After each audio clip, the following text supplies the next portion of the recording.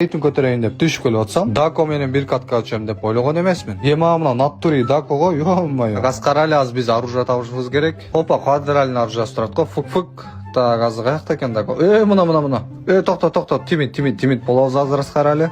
Өзүбүзгө сындырып алабыз го Дакону. Басаман айып кетейин томпогум. Кел мияка. Уже келип атат, азыр келет секин тимит болуп эмоция көрсөтөбүз. Та бизди кыз деп ойлоп атат Аскарали. Мына эволюцияларды кара. Ема, драбаш дейт го, ё. Даже менде жок эволюциялар бар экен. Да демесе бул жагына приколду келтиребиз. Кеттик.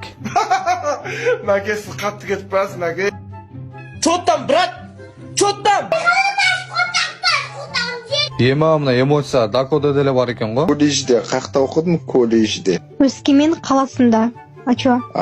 Понятно. Мен түрімнің өз симпатия. Так, Аскарали Гиммага подписка таштаган болсо, ошол адамга кайтарам. Так, Аскарали ушул видеого лайк бас, и всем удачи. Породогу малды байлап койдуңбу? Сен маған мал дедің ба, қотақпас?